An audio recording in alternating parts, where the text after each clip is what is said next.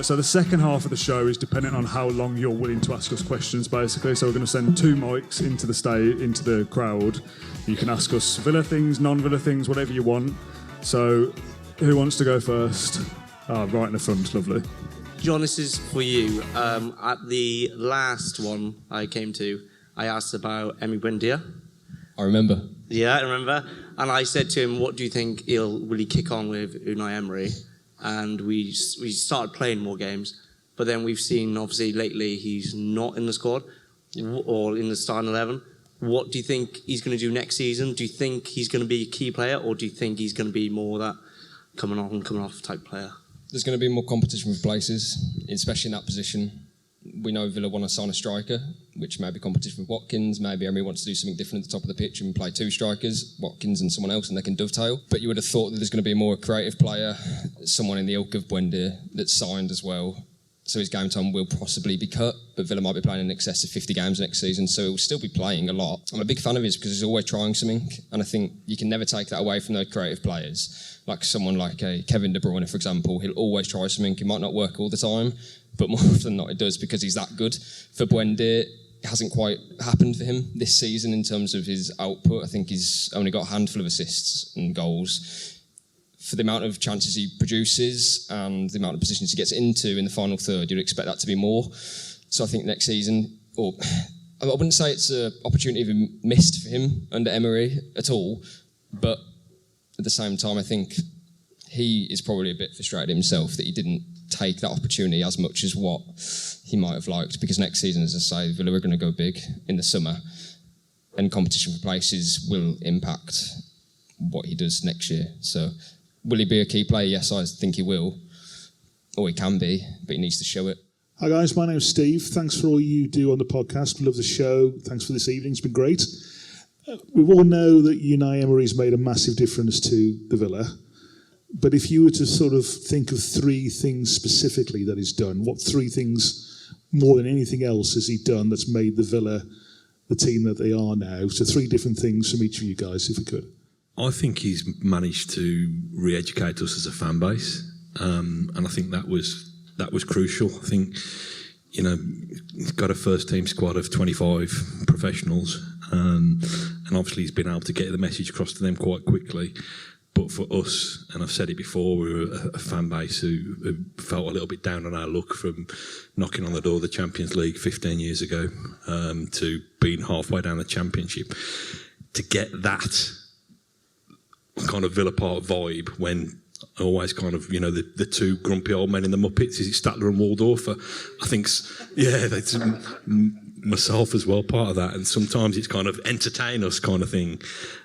So to get us to buy into what he's trying to do, and there's been, you know, I hate it when the defensive midfielder receives the ball on the edge of the box. My heart's still in my throat, but it's been successful more often than not, and we've given a couple of goals away, but we've also created lots of chances by building through and up the pitch that way.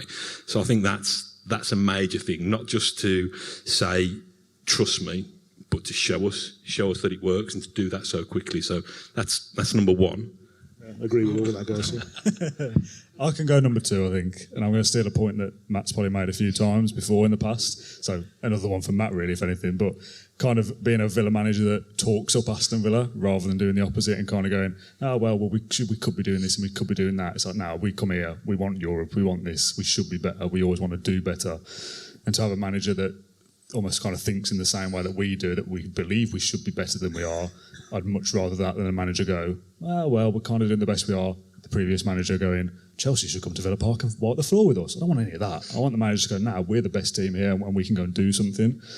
So not really my own point there. That's 2 from Matt. So James, do you want to complete the hat trick with something else? Yeah, you can go into like the tactician that Emery is, but also I think what you shared the other day, what you saw on Twitter, and it's the board is that legit? Like the board in the team talk. I think I don't know if anyone's seen it, but it is really funny. And I don't say that it doesn't make sense. It makes perfect sense, because I think there's an idea that a manager simply has to overload players with tactics, ideas and philosophies, and Emery's really good at that. But at the end of the day, before the match, a lot of the instructions are really simple. It's communicate, and one of them was literally have fun. And I think that really does define a big bit of Emery.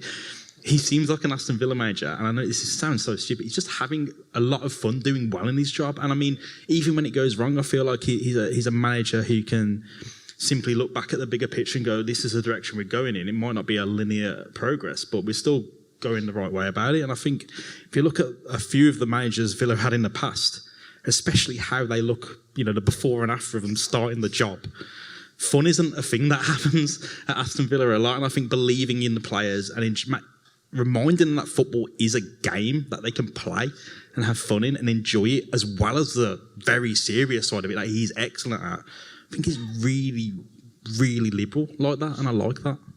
It's a great question. Next. Do you think as a group that having Gerrard at the beginning of the season is a good thing? As in, if he was mediocre, for how bad he was, if he was mediocre, we'd be mid-table now, 14th, 15th. It was that bad, they had to get rid of him and got Juve in. Do you think that's a good thing in the long run?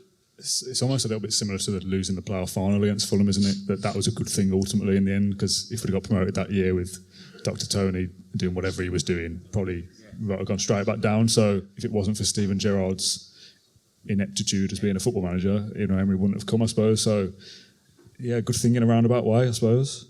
Love to be on the journey that we're on with Dean Smith, because we're all massively invested in that for obvious reasons. But he needed to leave. Gerrard needed to come in. This sounds a little bit kind of Athena poster, but things happen for a reason. When it was time for Gerrard to go, we were just, I don't know whether luck is the word or whatever, but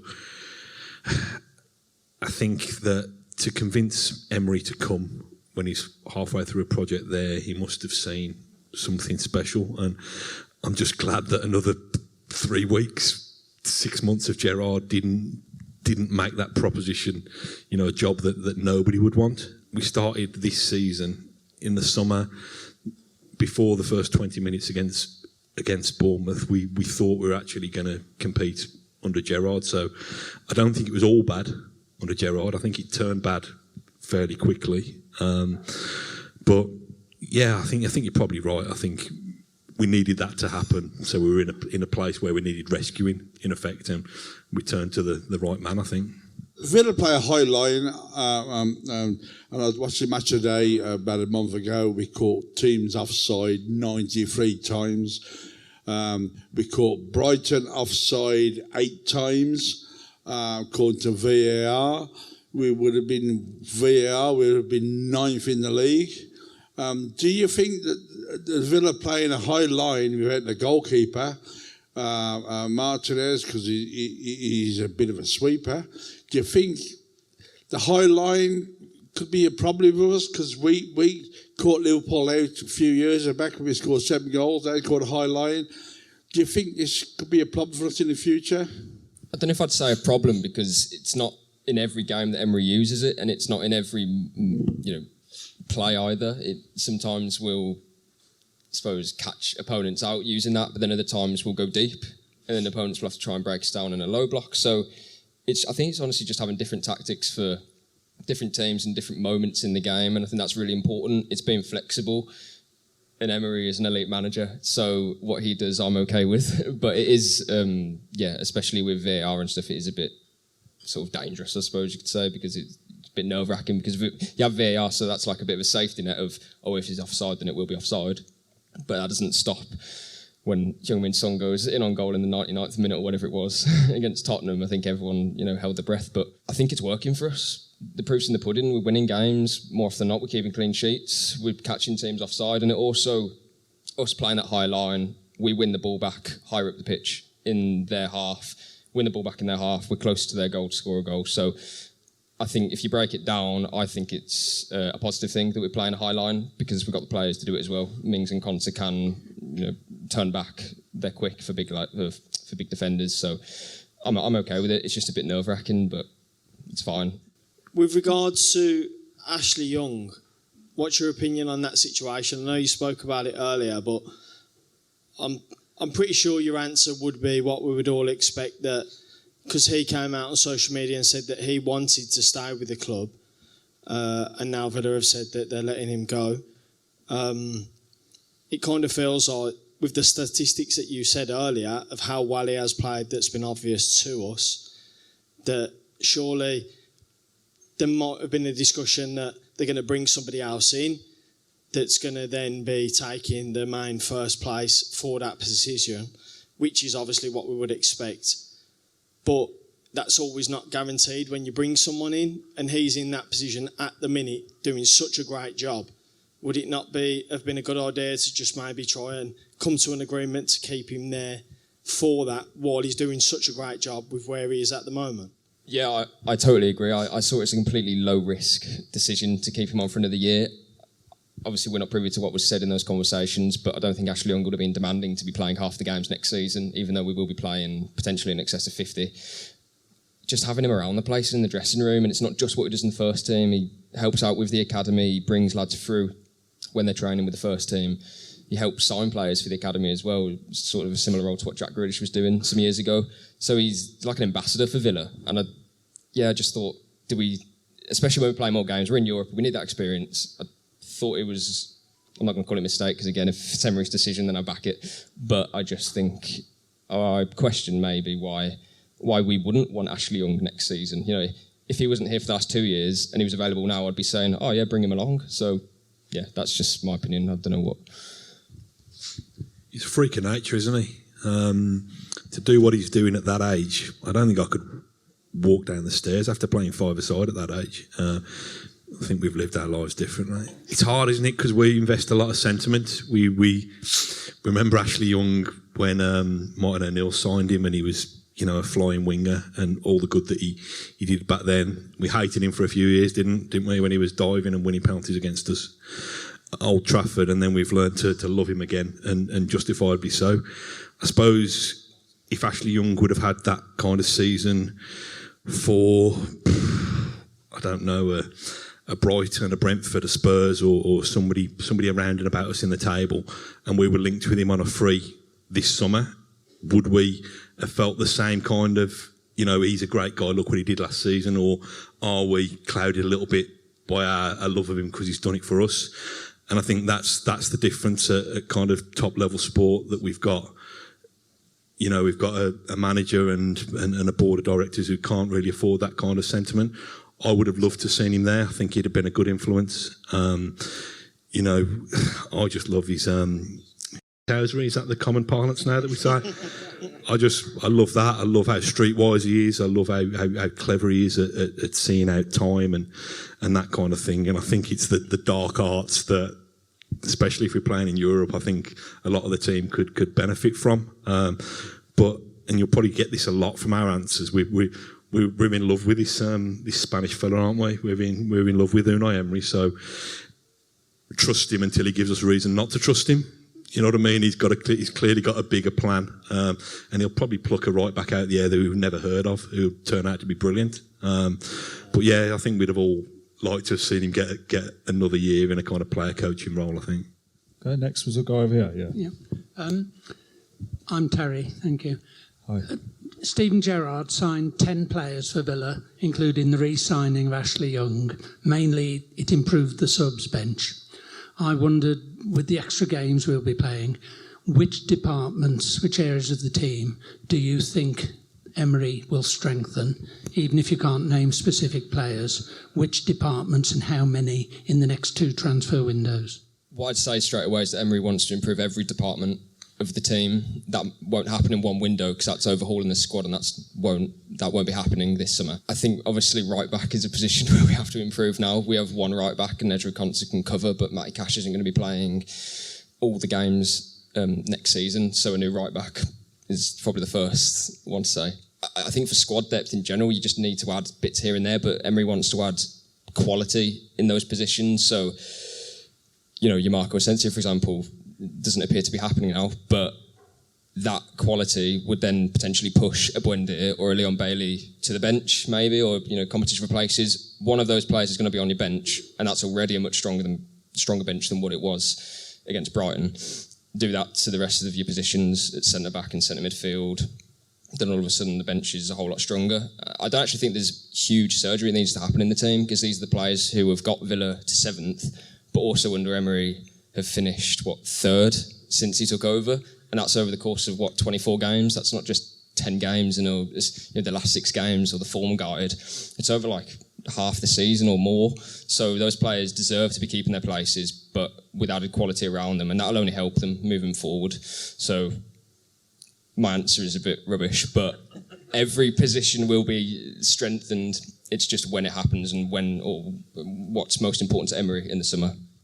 Hi guys. Just got 2 real quick questions. The first one's to follow on from the Ashley Young one.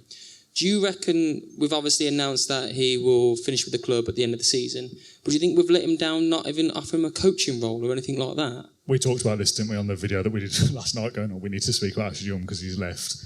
To me, it's a little bit of an easy kind of FIFA football manager thing to go, player you like, comes to the end of the career, put him on the coaching staff.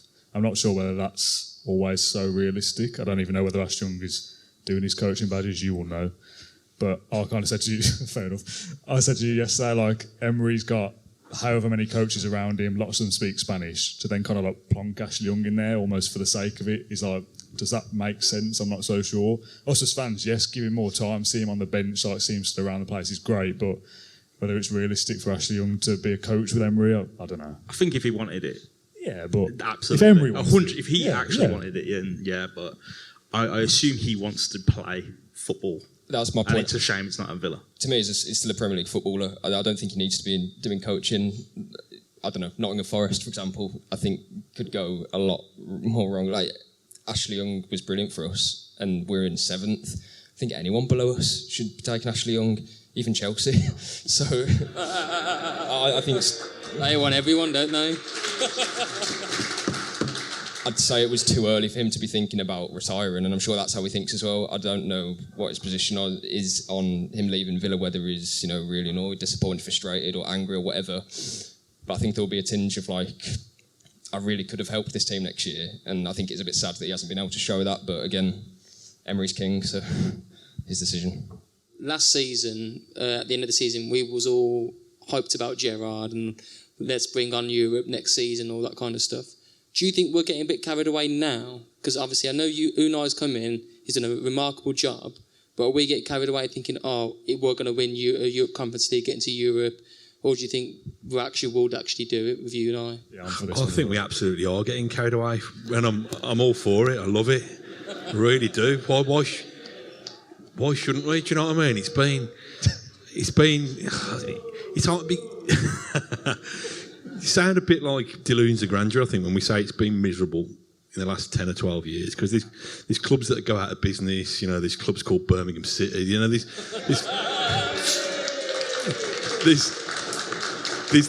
lots of people, there's lots of people less fortunate than ourselves, but it has been pretty crap given what we've been used to. I don't know how old these 3 are. I probably add their ages together and get somewhere near mine, but there's a generation of Villa fans who have seen us win absolutely sod all. They've seen us win the playoff final, and I know Peace Cup was brilliant. Actually, I had me and Ashley Young enjoyed that. I think, but why shouldn't there's the thing, wasn't there? The Jacob Ramsey clip, wasn't there, when there were thousands of us welcoming the team bus at Villa Park on Sunday, only Conference League, and I think he meant it tongue in cheek, but I said this post-match, didn't I? It's not just Conference League. It's almost kind of representing almost full circle from what we've gone. We lost Europe 13 years ago, and it's been a long battle to get back. So I don't think we're necessarily going to challenge for Champions League. We will win the FA Cup next year, obviously, because I'm contractually obliged to say that every year. But yeah, we probably are, but I don't think we should apologise for it, to be honest. Yeah, I agree. Get carried away. What's the point otherwise if you're not going to try and enjoy it? I said to you, John, before when we were kind of planning the show, I'm going to kind of drop a wild shout in the show. And by the time I edit this in the next few days, I might decide to take it out. It might be the Guinness speaking, but I know the Conference League is it's extra games and that might affect league position, all that kind of thing. But I think we'll finish in the top 4 next year. Sorry, just to put Is that out your there second? then. So if you're Second, yeah. Fourth? Okay.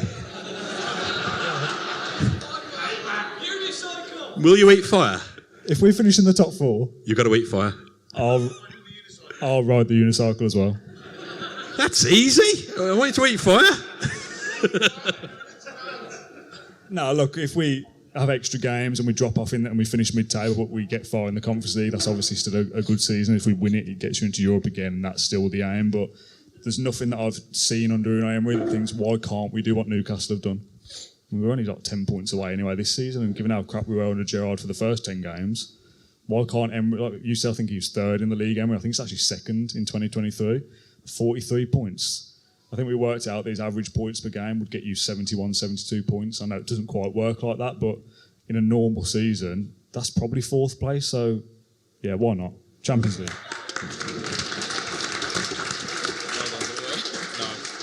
It's a bit of a silly question. If you could bring back one Villa player in one position, and not Ashley Young, who would it be? Grealish. Yeah, John Carew.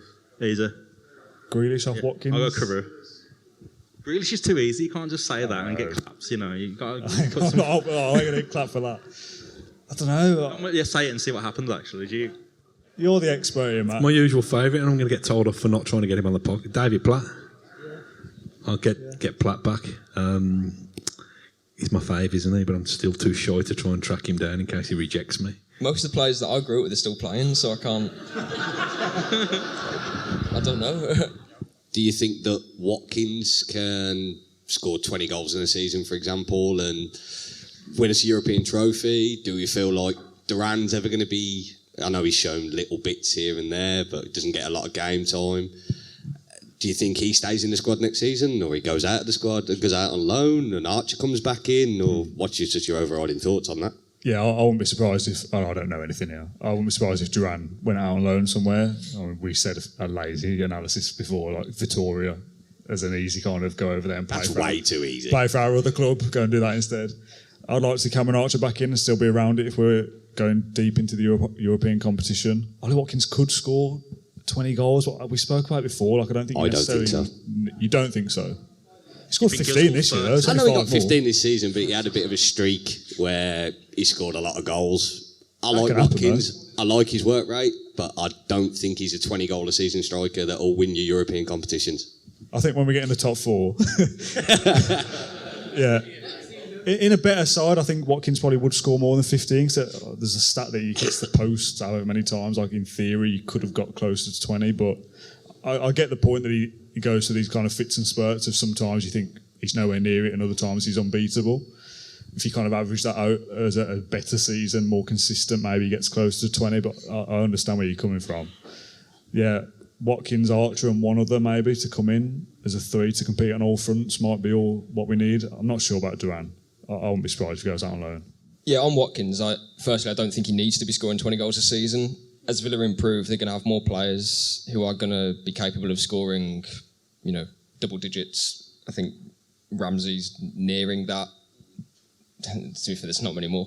But as Villa improve, I think the load will be less reliant on Ollie Watkins, basically, and his first 11 games, scoring 1 goal under Gerrard. If you added that onto if he played another 11 games now, we'd be getting near enough 20 in his first season under Emery in a team that is going to continue to improve.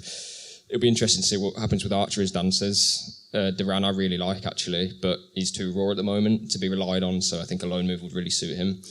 But Villa are going to keep improving. I've always said I think you need to partner Watkins, not take him out of the team.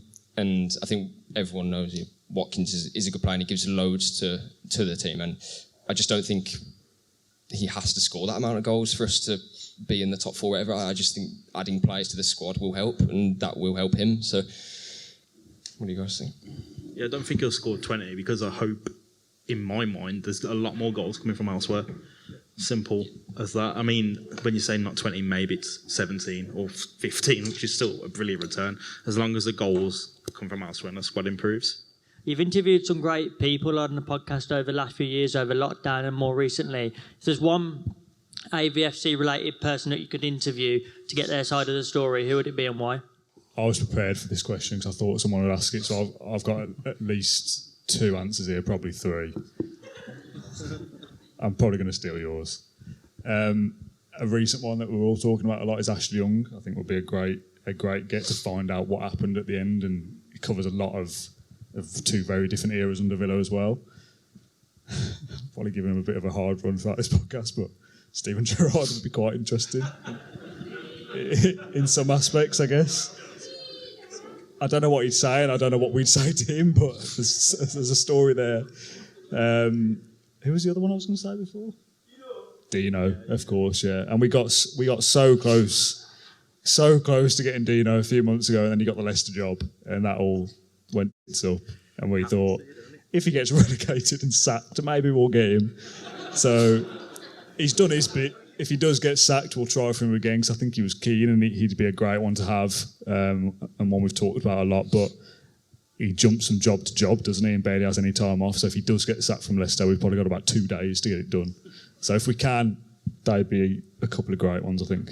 I would prefer to have someone that tells their side of the story that the fan base might be a bit irked with. For example, Delph, as an example. I'd love to get Delph on. But I think it'd be a great podcast. Just put it to him. You know, what was the story really like? And maybe there isn't a whole lot to say, but yeah, I'd like to get the other side of some player's story rather than talk about the good times to everyone.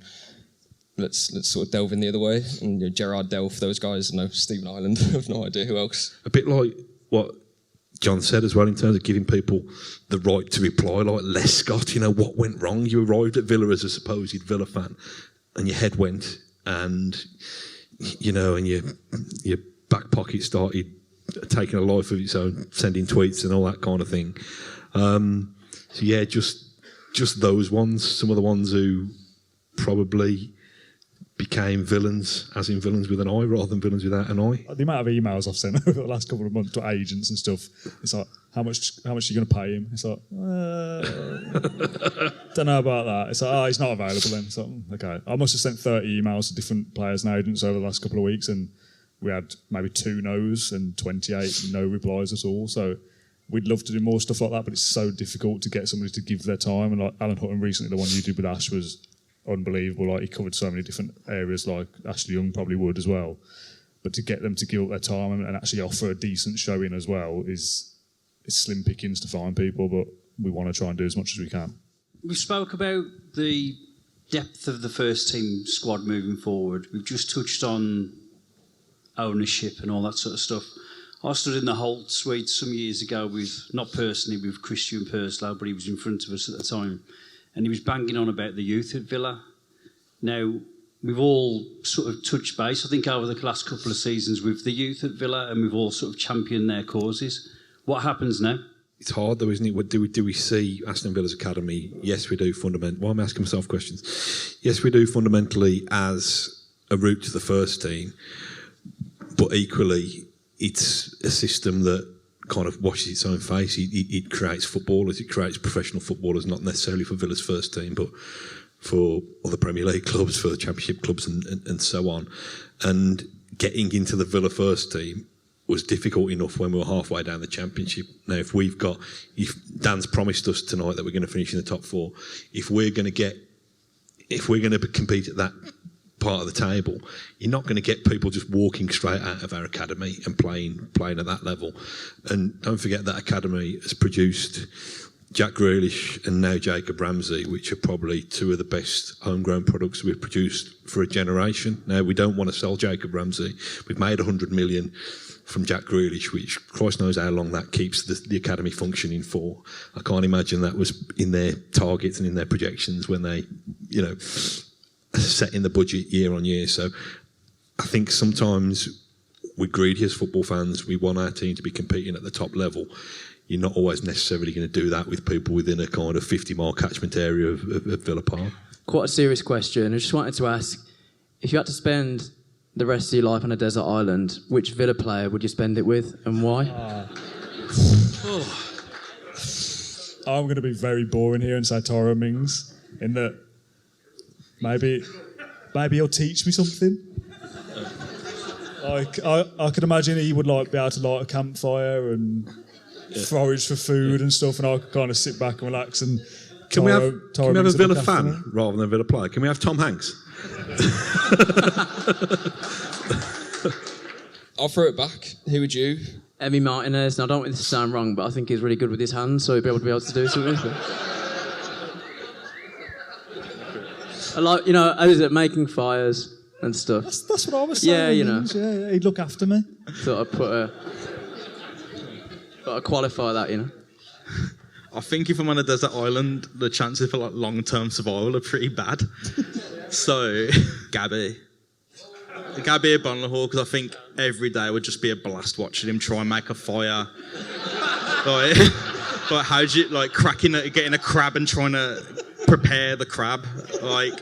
We'd be dead 4 days, but best 4 days of my life. Yep, 4. Go on.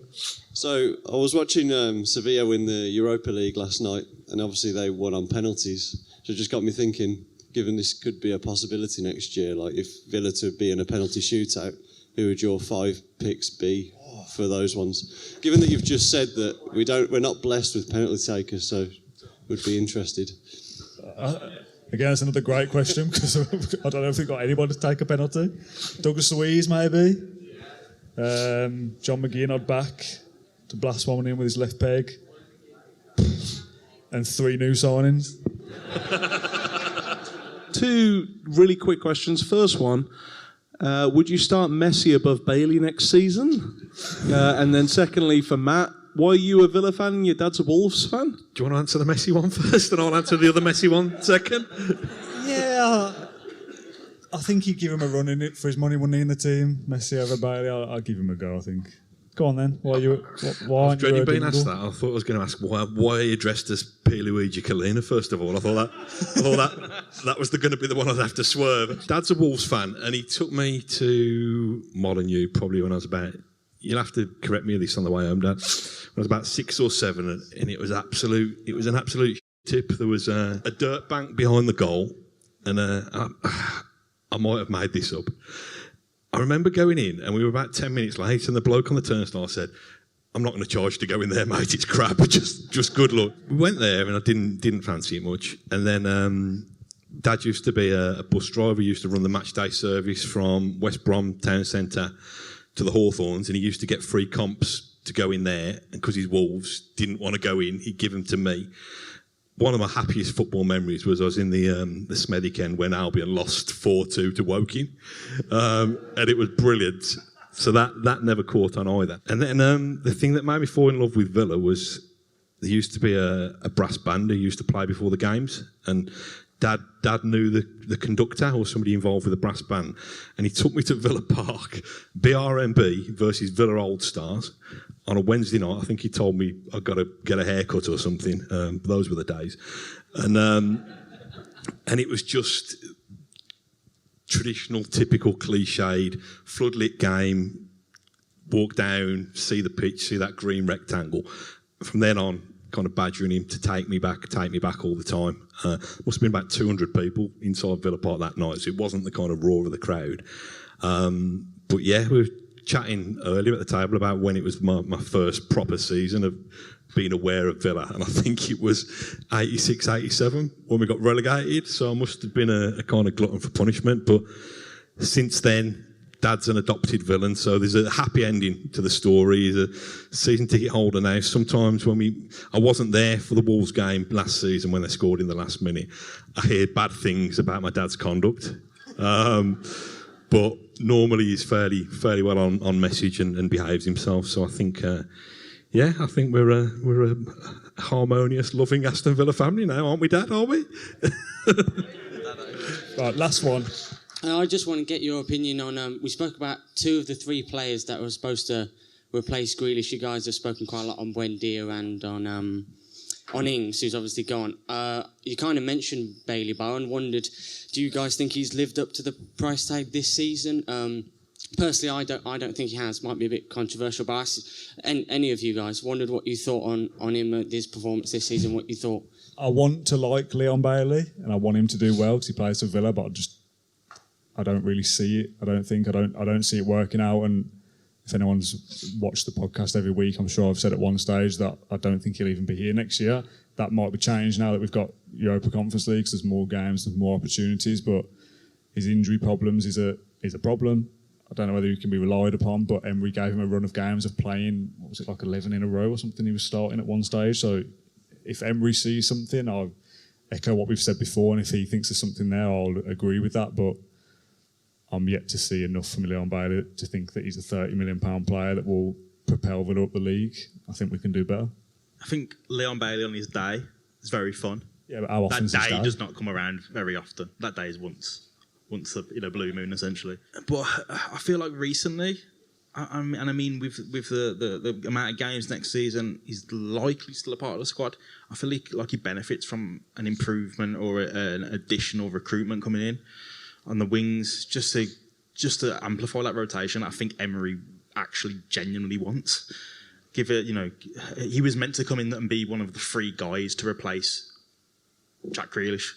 Not possible in my eyes. It was very possible to us all when we were listening to what was being said at the time. The 3 players from the 3 distinct qualities. I don't think that came to pass, and I think we have to readjust our expectations regardless of the price tag and what was said.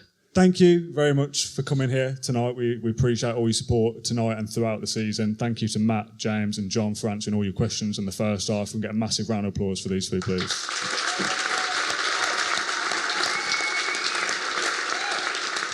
If you've been watching this on YouTube or Spotify, leave comments and subscribe and that kind of usual stuff. But thank you to the 300 or so people that have come out here tonight and come to see us. It's been really, really good, and we'd love to do this kind of thing more. There's still, I see people saying like, enjoy your summer break. We don't really get a summer break. We'll be back doing videos pretty much all the way through. So we'll be back doing more stuff. Hopefully we'll do another live show midway through next season. If we can, that'd be lovely. But yeah, thank you very much for coming in. A big round of applause for yourselves as well.